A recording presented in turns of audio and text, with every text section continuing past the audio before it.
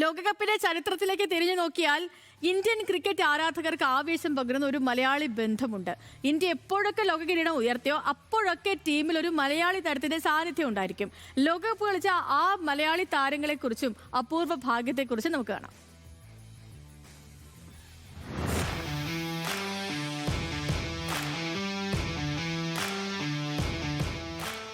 ക്രിക്കറ്റിലെ ഓരോ ലോകകപ്പ് വിജയത്തിന് പിന്നിലും ഒരു കേരള കണക്ഷൻ ഉണ്ട്. ആദ്യമായി കിരീടം ചൂടിയ 1983 മുതൽ ഒടുവിലെ കിരീടം നേടിയ 2024 വരെ ഇന്ത്യയുടെ കിരീട നേട്ടങ്ങളിൽ ഏതെങ്കിലും ഒരു മലയാളി താരത്തിന്റെ സാന്നിധ്യമുണ്ടായിരുന്നു.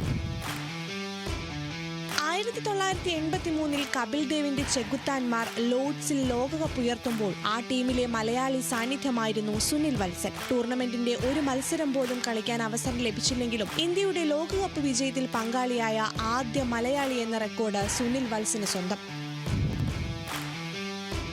ലോകകപ്പ് ഫൈനലുകളിൽ കളിച്ച ഏക മലയാളി താരം ശ്രീശാന്താണ്. 2007 ഇന്ത്യ T20യുടെ ലോക കിരീടം ചൂടുന്നത് ശ്രീശാന്തിന്റെ കൈകളിലൂടെയാണ്. ഇന്ത്യൻ ക്രിക്കറ്റ് ആരാധകർ ഒരിക്കലും മറക്കാത്ത ആ ക്യാച്ച് ഇന്ത്യൻ കായിക ചരിത്രത്തിൽ സ്വർണ്ണ ലിപികളിൽ എഴുതി ചേർത്തതാണ്. 2011 ധോണിയുടെ കീഴിൽ ഇന്ത്യൻ ഏകദിന ലോകകപ്പ് ഉയർത്തുമ്പോഴും ഫൈനലിൽ പന്തെറിയാൻ ശ്രീ ഉണ്ടായിരുന്നു. 2 ലോകകപ്പ് ഫൈനലുകളിൽ കളിക്കുകയും കിരീടം നേടുകയും ചെയ്ത മലയാളി എന്ന അപൂർവ നേട്ടം ശ്രീശാന്തിന് മാത്രം സ്വന്തമാണ്. നീണ്ട 13 വർഷത്തെ കാത്തിരിപ്പിന് ശേഷം 2024 ഇന്ത്യ വീണ്ടും വിശ്വവിജയികളായപ്പോൾ മലയാളി ഭാഗ്യം ആവർത്തിച്ചു. ടീമിലെ വിക്കറ്റ് കീപ്പർ ബാറ്ററായി മലയാളി താരം സഞ്ജു സാംസൺ ടീമിനൊപ്പം ഉണ്ടായിരുന്നു. സുനിൽ വത്സനെ പോലെ കളിക്കളത്തിൽ ഇറങ്ങാൻ അവസരം ലഭിച്ചില്ലെങ്കിലും സഞ്ജുവിന്റെ സാന്നിധ്യം ടീമിന് ഭാഗ്യമായി.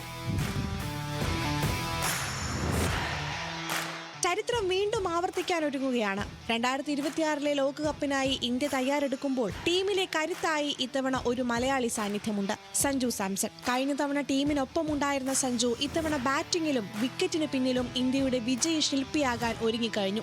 ഇന്ത്യ കപ്പ് ഉയർത്തിയ ചരിത്ര നിമിഷങ്ങളിലൊക്കെ ഒരു മലയാളി കൂടെ ഉണ്ടായിരുന്നെങ്കിൽ 2026 ആ ഭാഗ്യം ഇന്ത്യയെ തുണയ്ക്കുമെന്ന് നമുക്ക് പ്രത്യാശിക്കാം. സഞ്ജുവിലൂടെ ഇന്ത്യ വീണ്ടും ലോകത്തിന്റെ നെറുകയിലെത്തുന്നത് കാണാൻ കാത്തിരിക്കാം.